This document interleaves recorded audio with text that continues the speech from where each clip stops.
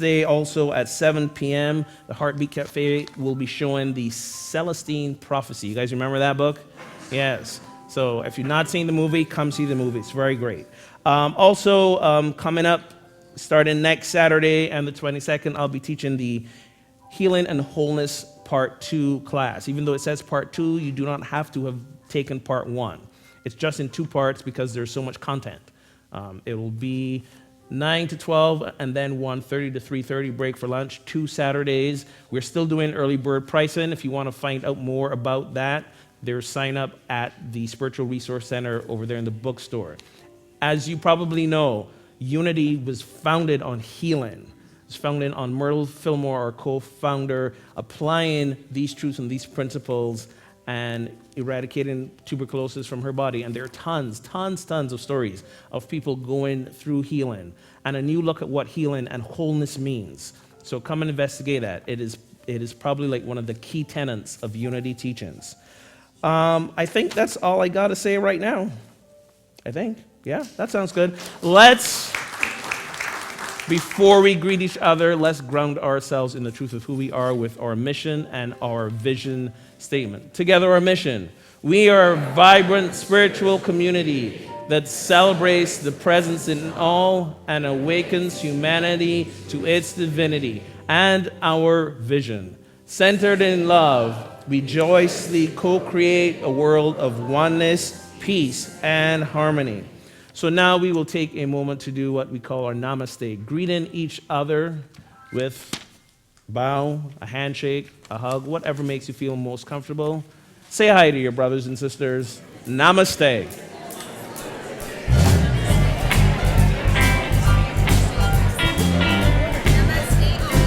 Namaste. Good morning.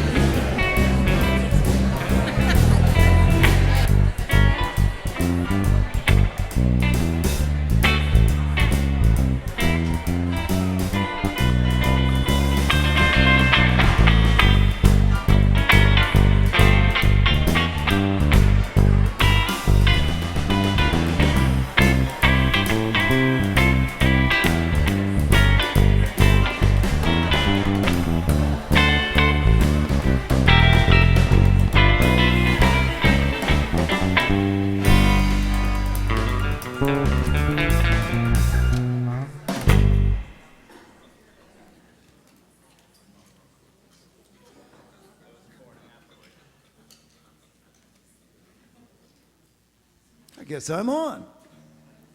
Good morning. Thank you so much. Ogun, thanks for having me back. It's actually been here before. It's been a long time ago. You remember. Okay, there's one. There's one. So thanks to Ogun for making this possible. Thanks to Maura for being so flexible and helpful with everything. And especially got to thank Cindy in the office. Amazing attention to detail and really, really helpful. Lots of other people just made me feel so welcome. Thank you all. As I understand it, you're in the middle of a book study, Big Magic. Is that the right book? I want to make sure I got the right book. It'd be bad if it was the Celestine Prophecy and I prepared for the other one. So I've been reading this book, and Ogun has asked me to talk a little bit about chapter 2, which is enchantment, which is perfect. Very, very close to my heart. Now, this chapter, we could go into a lot of stuff about it, but what I really want to say is that the nugget of it came together for me on the second to the last page, where she says, all these experiences that she relates in the chapter leave her with the feeling, I forgot what she said. Leave her with this feeling, this sense that she lives in a remarkable world filled with mysteries. So I love this. I feel this way all the time, that the world is full of mysteries. Some of them are big mysteries. Some of them we may never get answers to, may never figure out. And enchantment, in my opinion, is the most healthiest, helpful attitude to have toward these big mysteries. Celebrate them. So enchantment is a great word. I like to sort of interpret that as a sense of wonder and a sense of humor. That's what I want to do today, is kind of go down that road a little bit. So Ogun said I'm a musical laphologist. I also have what I call the NCW degree, no credentials whatsoever. Anybody else have that? So, I like to joke about that, but the truth is I actually escaped from college with a real degree, a BS. A BS in geology. That's true. I was confused, wanted to be a rock star.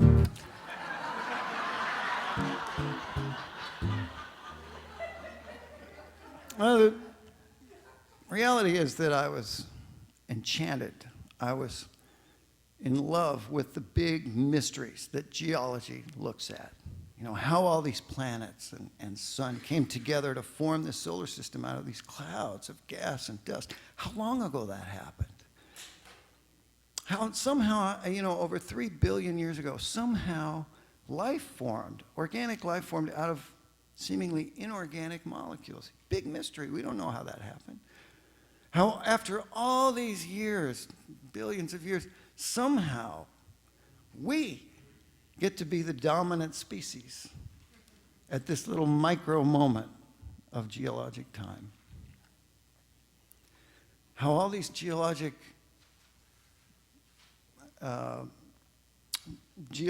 processes go on all day, every day, how they affect our lives. This big hurricane, this one example. So I'm fascinated by all this stuff. I still read about it all the time. But it wasn't long after college that I realized I was even more fascinated by what I think of as bigger mysteries. Like, what is God? If God exists, what is God like? What is consciousness? This amazing ability we have to reflect and project and imagine. What is death? And what happens to consciousness after death? What is love? What are women really thinking?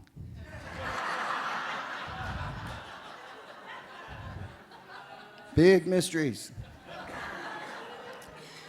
So I thought we could explore a couple of these, and the logical place to start is God, because if God exists, that's the big mystery. What is God like? And you know that a lot of people have tried to tell us what God is like down through the ages.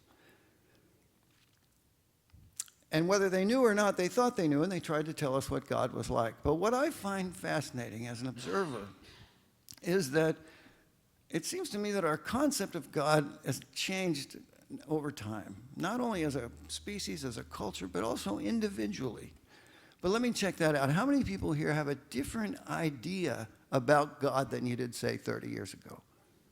Right, so that's almost everybody, which is fascinating to me because I don't think God's changed much in 30 years. So I thought that deserved a song.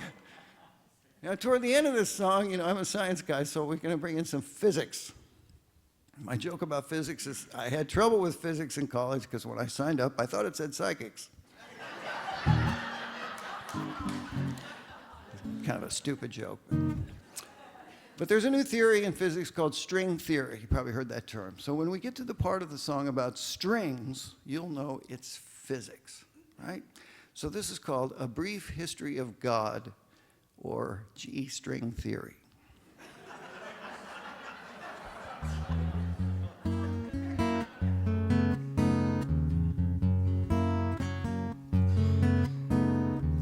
In the beginning, there was lots of competition.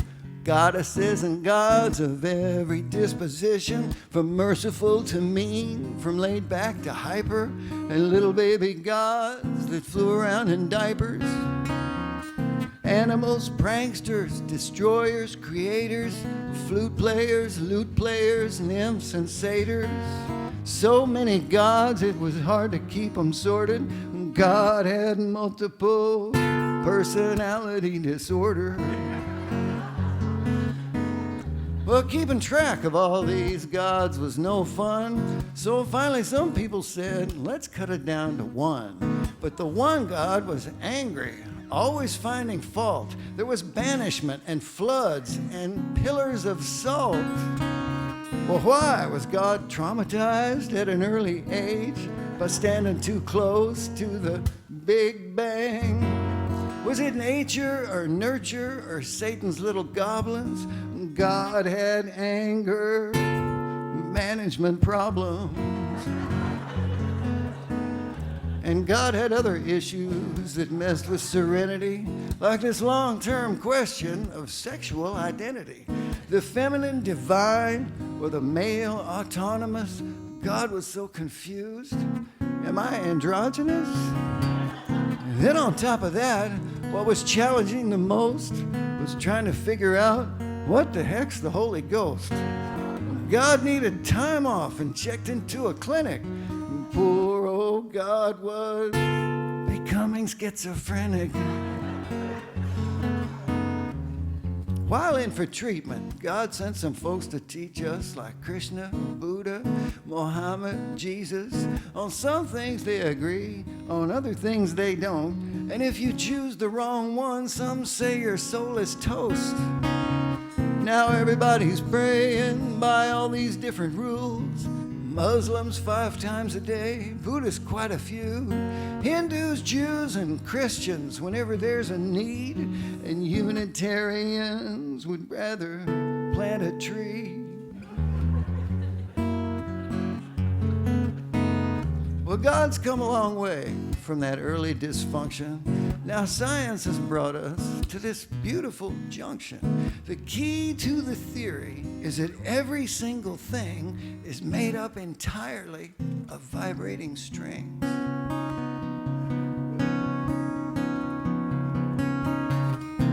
Well, this is what musicians have known all along. The universe is really one big song. And there you have it, friends. That's the story so far.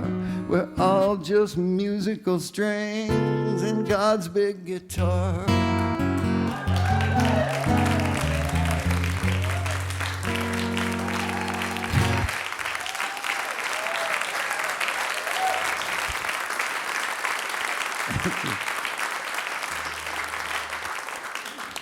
It's a happy thought, isn't it?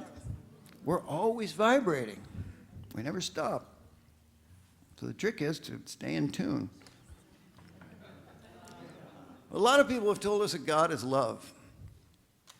We like that answer. Love feels good.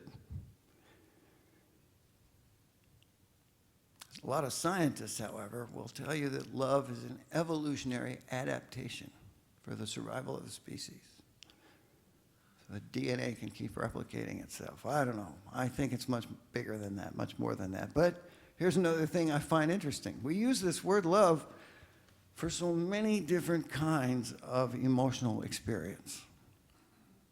You know, we have divine love, earthly love, brotherly love, motherly love, puppy love, unrequited love, unconditional love, faded love, jaded love, love of chocolate chip cookies. We have all these, and of course the big one, romantic love, which I confess is still a mystery to me, a big mystery. How is it that we can have so much chemistry with one person and none at all with someone who's equally desirable, equally attractive? How is that?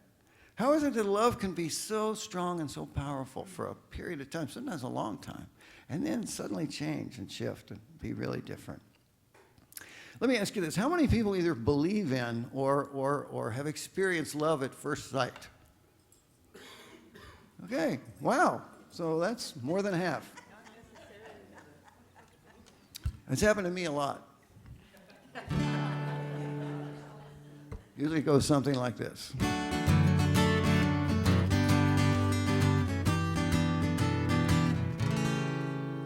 A man is riding on a train. He's heading south, it starts to rain. Sings a soft and sad refrain. He thinks he'll never love again.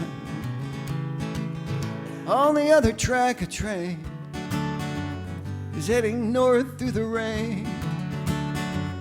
A woman looks out her window pane.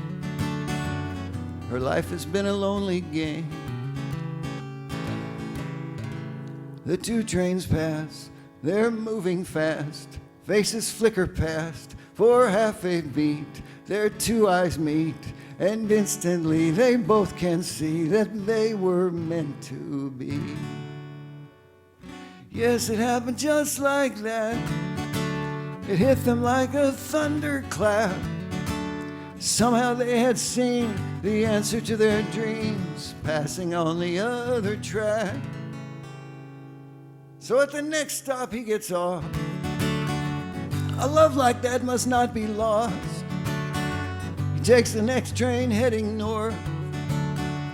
He does not know she's done the same. So they pass again for half a beat. Their two eyes meet, but something's changed. It's not the same. Now they can see they were not meant to be. Well, she knew someday it would have to end. She wonders if they'll still be friends. All the plans he made all begin to fade as she disappears around the bend. He will never be the same. Deep in his heart she will remain. He looks out through the falling rain, thinks he'll never love again. I think he's gonna love again, and again and again and again.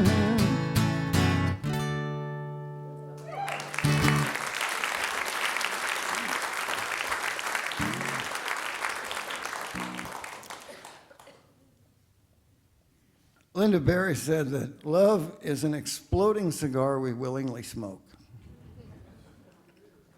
And of course we do. I mean, what's better than love? What's better than love? John Bradshaw says that romantic love, falling in love, is a high-energy endocrine hormone cocktail. And it is. Actually, it turns out that it is. Falling in love is a distinct metabolic state that we can measure. Scientists measure this now, and have determined that this metabolic state, this hormone cocktail, typically lasts from 6 to 18 months. And then it shifts back to wherever it was before. So for the relationship to last longer than the hormone cocktail, it has to be based on something else other than the hormone cocktail, something deeper, something more profound, maybe something sacred. So I feel like we should at least do what the Greeks did. We should at least have two words for love. You know, they had eros for romantic love. They had agape for divine love. We should at least do that, because that way you could go around telling people, I agape you, and there would be no confusion. You could stay safe. Love is a great word. It's a love I use with music. You know, I love music. I love this guitar. Before I loved this guitar, I loved another guitar. And I'll tell you something, that other guitar, it was a really spectacular guitar. It was made out of maple, so it had this beautiful blonde finish, very striking. And I'd had it for a long time, and we get attached to our instruments. And as much as I love this guitar, and I really, really did, after about 10, 15 years, I started having this thought that I wanted a different guitar. And the more I thought about it, the more I wanted a different guitar, one that finger-picked more easily and had a different sound. But I wasn't doing anything about it for a couple of reasons. One is I really don't like shopping for guitars. It's hard to find one I like. But also, most guitar stores are staffed by what we could call young rock musicians. And this is not a knock on young rock musicians, because I used to be one. But just tell me if in your mind these two things go together. Young rock musicians, great customer service. Not always. Not always. Anyway, I'm putting it off. I want a new guitar, and I'm putting it off for months and months and months go by, and finally fate intervenes in the Honolulu airport in the form of this woman I will affectionately call Attila the gate agent. I'm pretty sure we've all met Attila.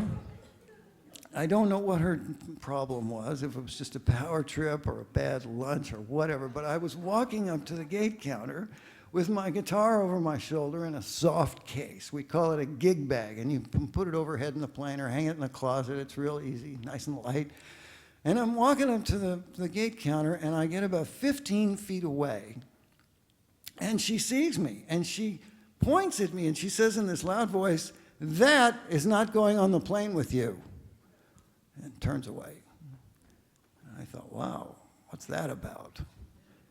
So I went off to the side, and I thought, you know what? She doesn't realize that I'm a professional musician. She just needs to know that. So I go back up, I give her a big smile, and I said, hey, you know what? I'm a professional musician. I fly your airline all the time, and I got to go to San Francisco for a concert. And she interrupts me. She says, oh, I don't think you heard me. That is not going on the plane with you. She walks off. So I'm thinking, well, okay, this is going to be harder than I thought. So then I think, well, she must be worried about the load. So I go back up to her and I said, hey, you know what? You're probably worried about the load. It's a full flight, right? So how about this? How about we let everybody else get on? I'll get on last, and we'll see if there's room for my guitar. Because it was a giant plane. I knew there'd be plenty of room. And she said, I've already told you twice. That is not going on a plane with you. Now decide what you're going to do and stop bothering me. Walks off. Stonewall. Well, now I'm officially worried because people are boarding and I have to get my guitar on the plane. I can't check it in this flimsy case. So I just resort to begging. I just go up to her and I start begging. You know, come on, can you work with me? Can we just try? Can we talk to a flight attendant? Can we just give it a shot? Please, help me out. I'll do anything. She just looks at me and says, you have two choices. You can check it or you can leave it here. It's not going with you. Okay. So I give her the guitar. I said, well, could you ask the baggage people to be careful with it? Could you ask them to put it somewhere safe? Because it could get hurt so easily. She just took it and walked off. So I get on the plane. It turns out I'm sitting in the bulkhead seat, the front row of coach. And across from me is the little jump seat with the flight attendant. So we start talking while the plane is taxiing, and it takes a long time to taxi. So we have this long conversation. I end up telling her the whole story about Attila. And to her credit, she listens, and when I'm finished, she just shakes her head. She says, you know, I have to apologize for our airline. This is wrong. This should not have happened. And you know, I just want you to know that we're not all like this. We try to respect musicians. We know these instruments are important. And we have plenty of room on this plane. All the closets are empty. I don't know why it happened, but please don't hold it against us because we're not like this. And I seriously apologize. Wow, I felt so much better. And she got up to go to work, and I thought that was the end of it. But she told all the other flight attendants about it. And when I get up to get off the plane in San Francisco, they're all lined up, 7 of them. They're all lined up there at the door. And I'm walking by, and they say, hey, wait, here's your guitar. They brought it up. I said, oh, great. And then I thought, wait, let's look at it. And we unzip the case and we open it. Splinters. It's just wrecked. It's like the baggage guys thought they were Pete Townsend, you know, at a Who concert. It was just trashed. And I felt horrible, and the flight attendants felt bad, and 3 of them marched me down to baggage service. And they said, look, here's what happened. This guy got a bad deal. We'll vouch for it. Here's our names, our employee numbers. We think you should make this right. And then they left because it was midnight and they had to get up in the morning. So here I am, it's midnight. I'm in the bowels of the San Francisco airport. Nobody around except this girl across the counter who looks about 12. She looks up at me and she says, I can't help you. I'm only 18. I just work here. I don't have authority to do anything. You can come back at 9 a.m. and the manager will be here.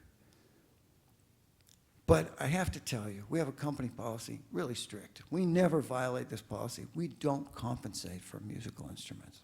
It just doesn't happen. But if you want to come back, the manager will be here at 9 o'clock. So I went to where I was spending the night, tried, you know how when you're angry, emotional, it's kind of hard to sleep?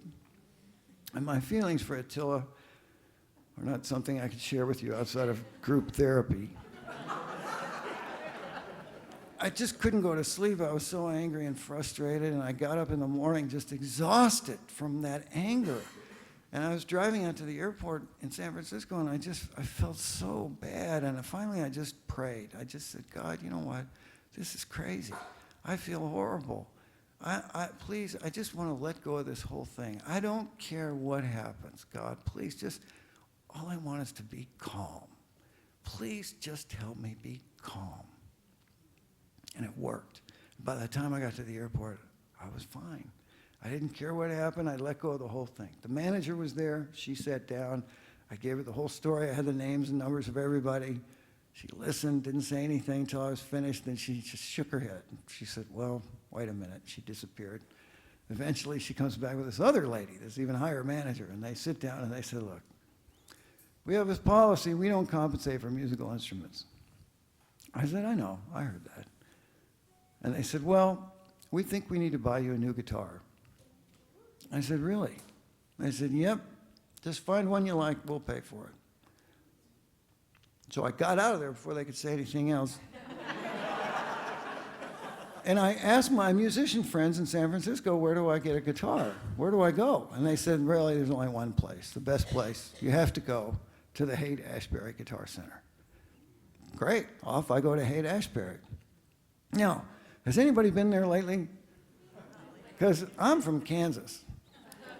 And Haight-Ashbury is like this little corner of the Twilight Zone where you see the past and the present and the future, and it's all together in one place. You see every kind of personal preference you could think of, and it's right there on the sidewalk. It's like a smorgasbord for the senses. I'm walking around Haight-Ashbury trying to find this guitar store, getting a little high in the process. And I find this guitar store, and it turns out to be the best guitar store I've ever been in. They have great guitars. They have fabulous salespeople. You know, they really know their stuff, but they're not pushy. And for 2 days, they bring me guitars, let me play them, answer my questions. And after a day and a half, they brought me this. As soon as I picked it up, I knew it was special. It felt great in my hands. It was different and kind of lighter. It just played so easily for me.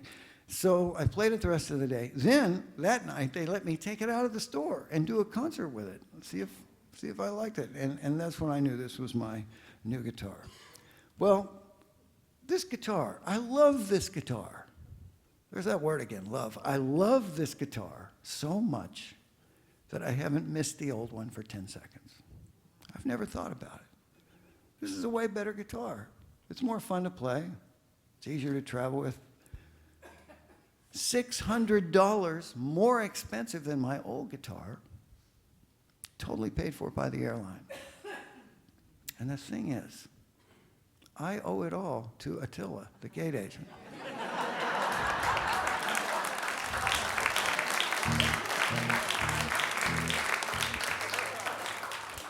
But you never know who's going to turn out to be an angel in your life. They might not look like it at first. But when this kind of thing happens, it fills me with a sense of enchantment when I think back about it. It fills me with a sense of wonder because it feels like we're all connected in ways that we can't possibly understand. And we all have experiences like this. We look back and we think, oh yeah, that's why that happened. It's just a wonderful, wonderful mystery, this whole idea of connectedness and how deep it goes. I got a song about that I'm going to actually finish up with later. But wonder, I think, is sort of the key word here because, you know, I'm a science guy, but I'm also a very, very spiritual guy. And what the best scientists and the best mystics have in common is a sense of wonder, a sense of enchantment at the workings of the universe. And what the best of those have in common, the ones we remember as our teachers, is a sense of humor, the ability to take it lightly. So I really feel like this enchantment, this sense of wonder, sense of humor is the best, healthiest attitude to have toward big questions, big mysteries, things that come up but we love thinking about, we may never get an answer to, things that drive us crazy too. Sense of wonder, sense of humor. There's a German theologian, Karl Rahner, who said something I like. He said, there are two kinds of people in the world: people who need certainty and people who seek understanding.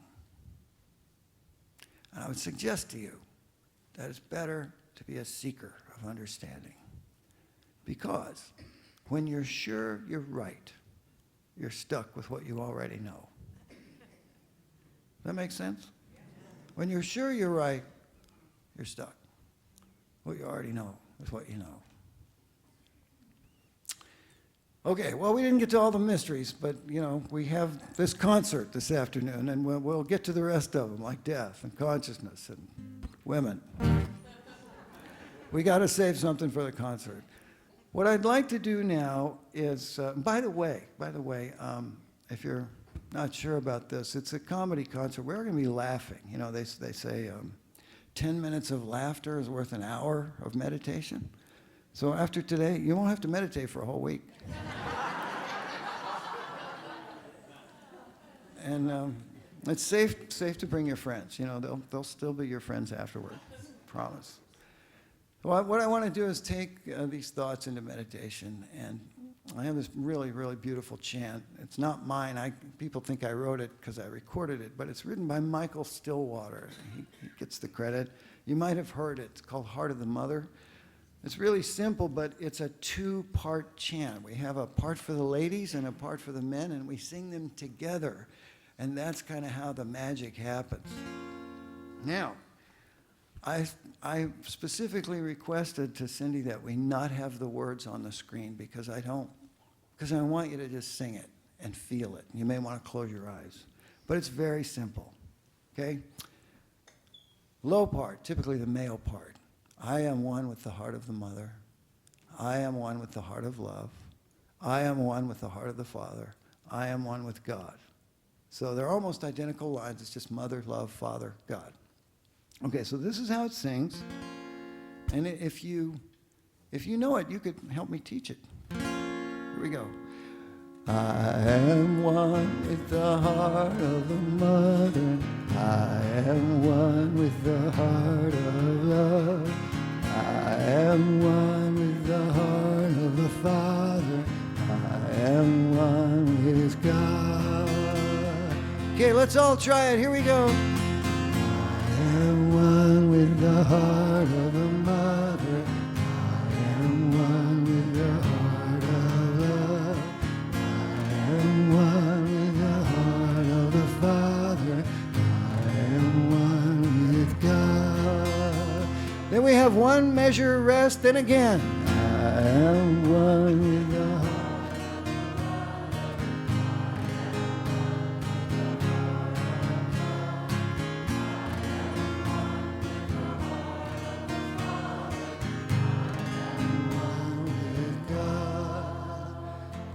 Fantastic. All right, so that's the low part, typically the male part. If you're not a male and you want to sing that part, it's okay. But we have this beautiful higher part written for the female voice. It's very simple. It's just Ave Maria, Kyrie eleison. You've probably heard that phrase before. It means Lord have mercy. It's Greek. Lord have mercy. Kyrie eleison. If you can't remember that, just sing carry a laser with an accent. And good to go. Okay? This is how it sings, and if you know it, help me. Ave Maria. Yes.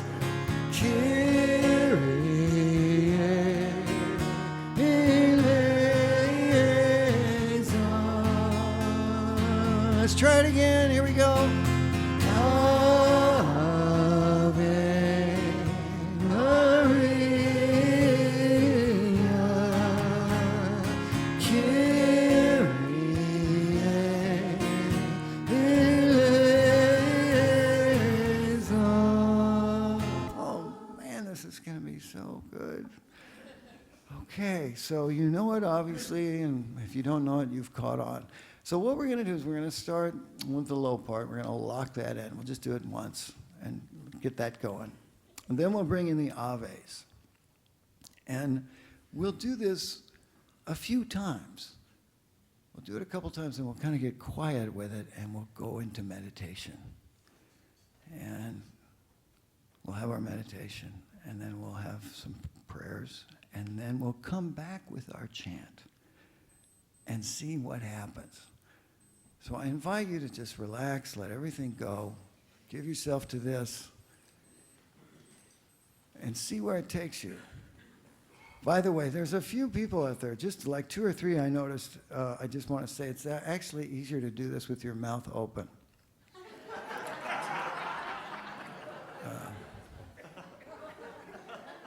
Don't be afraid to sing. It's not about you singing. It's about this amazing sound that we're going to create together that's going to change all of us in here. Okay, so low part, once again, all you guys, I need all of you because we're outnumbered. I am one with the heart of the Mother, Love, Father, God. 1, 2, 3. I am one with the heart of a mother. I am one with the heart of love. Good. I am one with the heart of the Father. I am one with God. Keep it going, men, ladies. Ave. Ave. I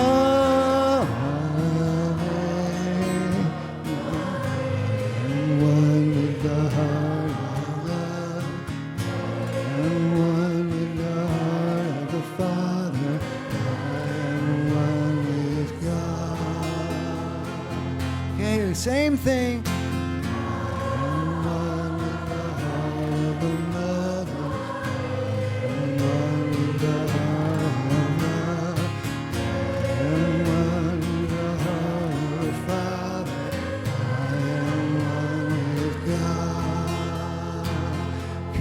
Softer. One with the heart of a mother. I am one with the heart of love. I am one with the heart of a father. I am one with God. Very softly.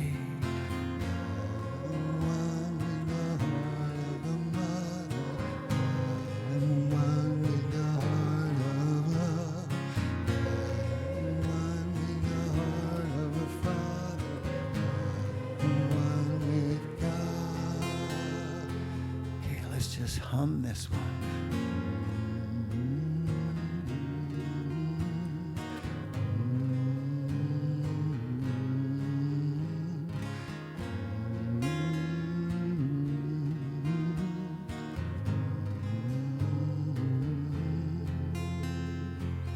Just silently.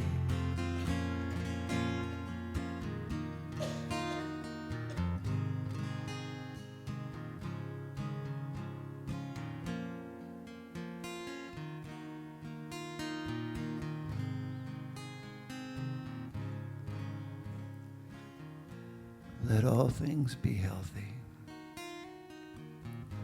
Let all things be peaceful. Be sure to count your blessings at least once a day. Forgive those who have hurt you and those who have offended you. Forgive yourself for what you have done or for that which you have failed to do. That which is done, there is no need to speak of. That which is past, there is no need to blame.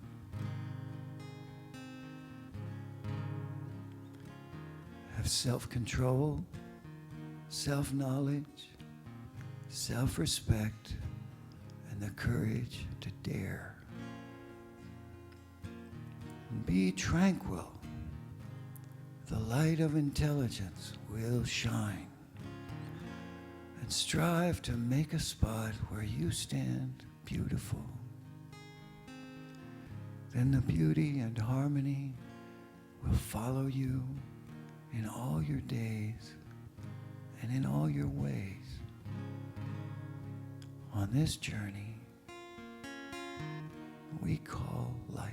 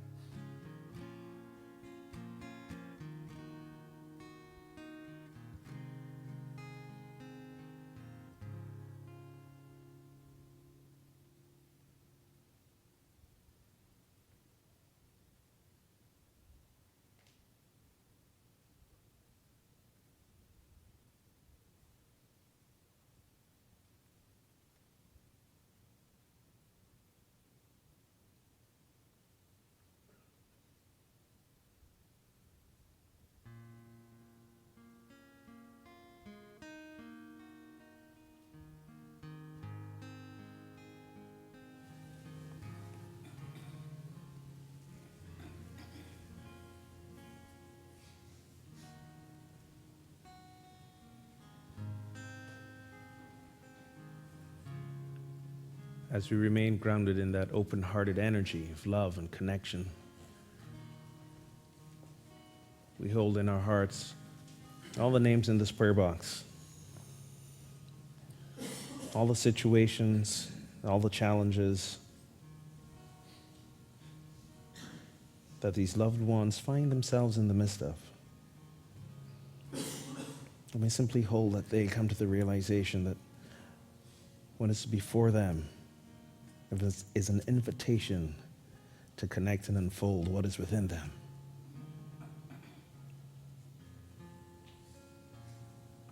Which is God. And should you hold that intention for others, I invite you to gently say their names out loud.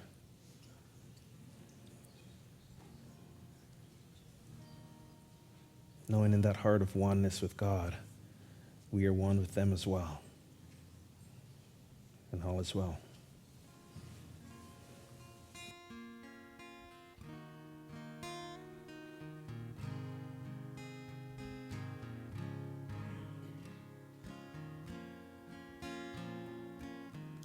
Let's get ready to hum our parts.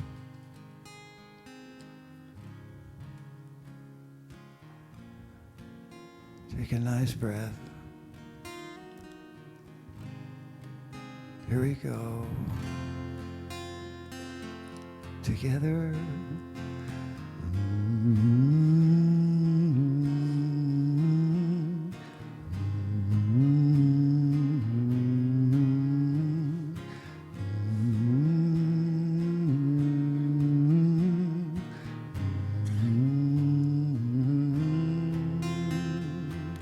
Let's sing softly.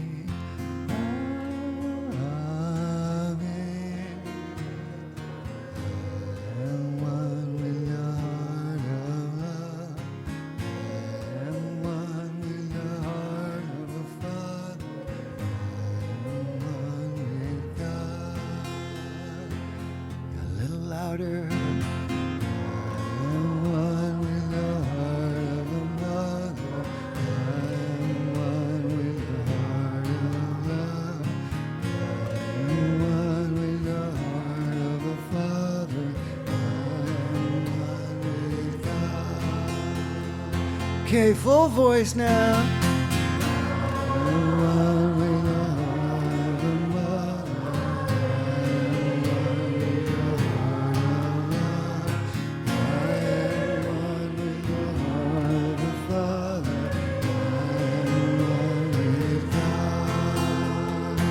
Okay, same thing. I'm one with the heart of the mother. I am one with the heart of love. I am one with the heart of the Father. I am one with God. One more time, full voice.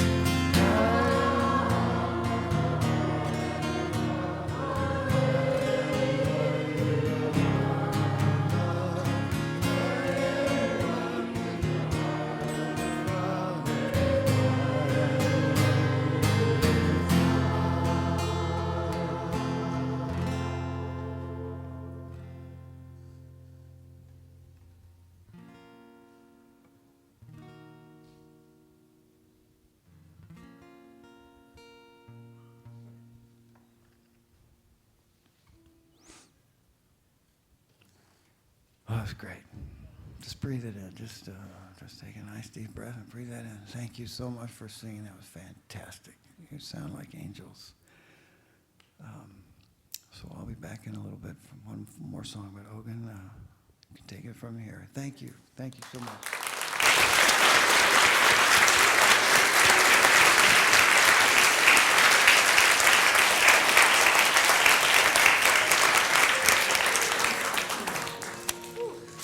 Thank you, Greg.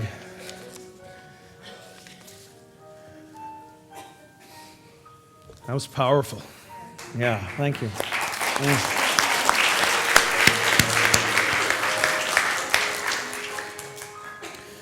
Now that I know that you're all such excellent singers, when the holidays roll around and Mara invites us into a nice singing opportunity, no more excuses, I've heard you. I know you can do it. This is the time where we get to share our love offerings and our tithes, and while you prepare them, I'm going to ask our prayer chaplains who are present to stand if able. These individuals are here to hold in sacred consciousness and confidentiality any of your prayer concerns and also your prayer celebrations. So please make sure to connect with them after service, and thank you for your service.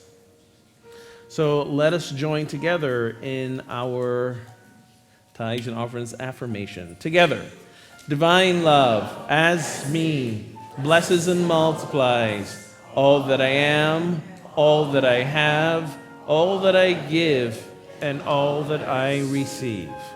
Thank you. As the ushers pass the baskets, I got two save the date things that you should know about. One, we're having a community meeting right after church on October the 23rd. Immediately following the service, the board and myself will just give you some updates about where we are in the year and also invite your questions or comments, queries, any such stuff. Also, on November 12th, that is a Saturday, it is our annual Gratitude Gala celebrating the presence. Great food, great fun, great dancing, great time to celebrate who we are, a spiritual community. In hospitality, there is a table set up with a lot more information and some cookies. Go for the cookies, stay for the information. But get your tickets today as well. Tickets are on sale. And to help encourage the ticket buying, to help spark your attendance, we are doing two giveaways right now.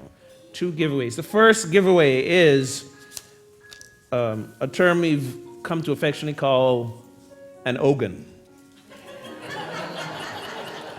Not me or my clone, but a length of raffle tickets equal to me. It's about 38 tickets. So I need you to look into your bulletins, and if you happen to find one of you in your bulletin is a sticker of a peace frog. So if in your bulletin you have a peace frog, who's got the peace frog? Look in your bulletin. If you've got the peace frog, you are the recipient of this Ogun. Who's got a peace frog? Somebody's got a peace frog. Go in once. Come on, peace frog. All through the bulletin, there's a sticker in there. Hopefully it didn't fall out. But nobody's got, I know it's in there somewhere. Search your bulletins. This is a participatory exercise. No, I was told there would be a peace frog. No one's got a peace frog. Come on. All right, well, while you keep searching for the peace frog, I'll announce the other giveaway, which is one free ticket to the gala. Again, search your bulletins, and if you have a sticker of a dove, a peace dove, you are the recipient of this. There we go. We got a dove. Woo! Big winner. Thank you. You're welcome. Here's your ticket. Welcome to the gala. All right. Still no peace frog, huh? All right. Keep looking. And if you find it later, come see me. If it fell out and it's on the ground, finders keepers, we will allow it. It's all good. Yes, please check out the gala table. Get your tickets today. Let us give thanks for the offering.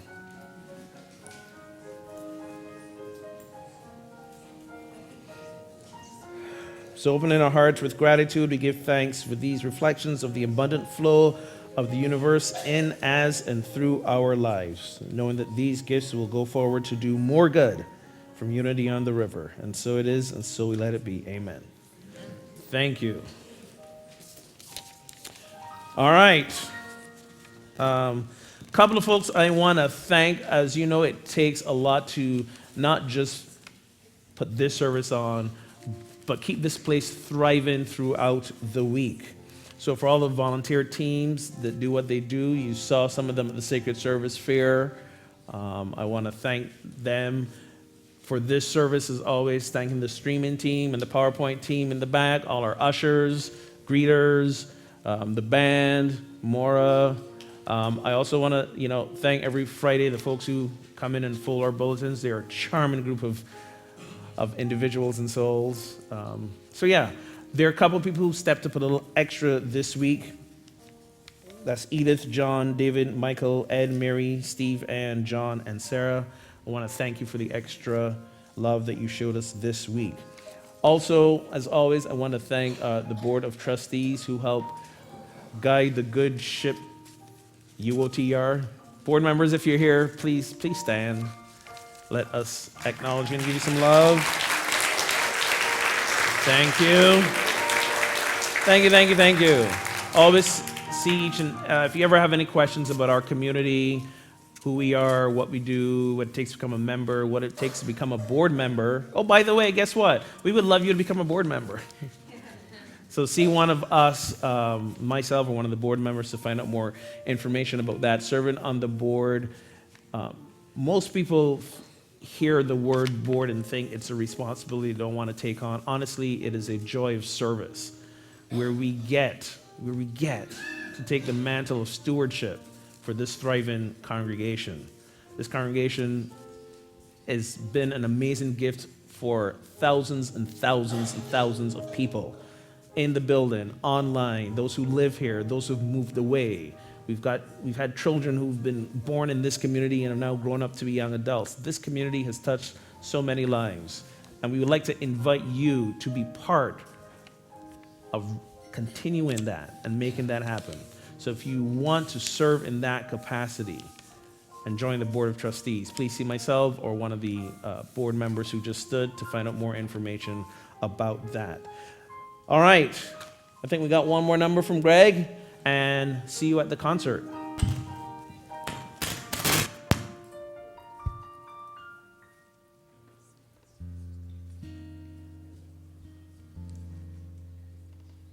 Okay, this is a song about sharing, which we just did. And I meant to incorporate both a sense of wonder and a sense of humor. We'll see what you think.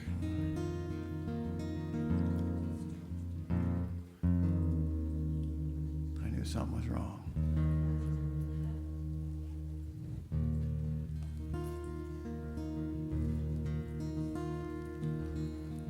You breathe out, I breathe in. We're sharing molecules again. Oxygen and hydrogen, but do you know where your atoms have been? Parts of me were once in you. Genghis Khan and Gandhi too. Jesus Christ and dinosaurs. Princess Di and Dinah Shore. All these atoms everywhere circle back so we can share. No escaping, yes, it's true. Parts of me were once in you. My whole body, smooth and hairy, is really very temporary. Every year a new epidermis. Maybe next year's will be firmer. There's some atom somewhere in Spain I could use back in my brain. They stay a while and then they leave, but they only fit what we conceive. All these atoms here on Earth get recycled, death to birth, like some ever-changing brew. Parts of me are now in you. As hard as it might seem to be, parts of you were once a tree, once a fish in the primal soup. Something's dinner, something's poop. 15 billion years ago, the Big Bang was quite a show. All this time and now here we are. Parts of you were once a star. All these atoms we've collected only mean that we're connected. Since we share what we're made of, don't you think that calls for love? So take a deep breath, share some atoms. It's not like you have any choice.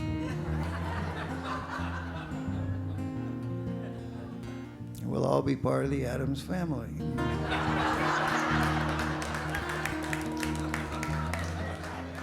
Okay, one more quick thing before we finish. I want you to just look at somebody next to you. It doesn't matter who. Just go ahead, look at them, keep looking at them. Just go ahead, turn and look at somebody and just think to yourself, what a lovely bunch of atoms. You know, some of those look like they used to be mine. I hope you're enjoying them.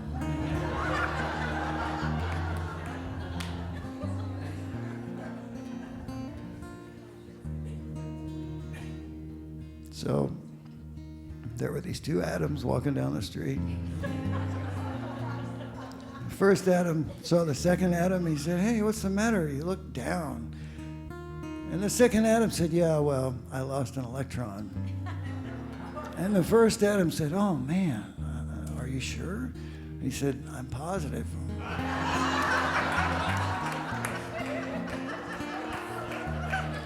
And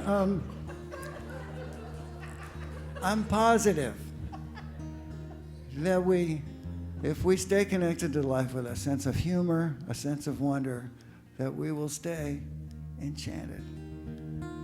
God told me that. Thank you. You've been great.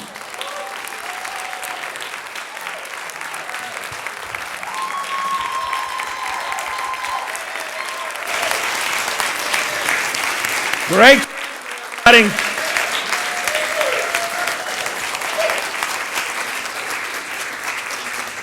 Awesome. Let's stay standing as we welcome our children walking as the light. We are walking in the light of God. We are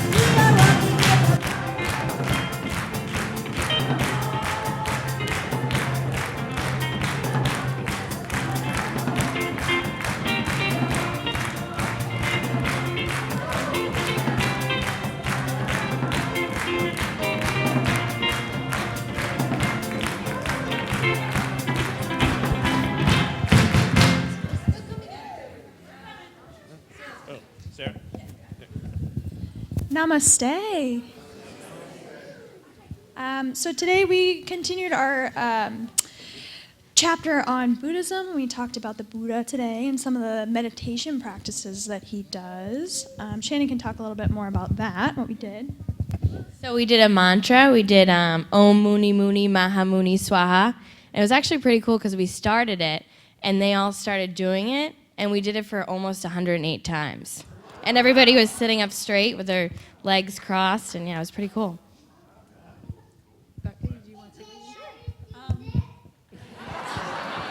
Yeah. What I had to say is irrelevant now. I had teens. I had Joy and Nate, and we are still working towards our 12 powers paintings. So we did a little meditation about the powers we're working on today. We actually did two. We did faith and imagination and what they meant to us, and then painted it.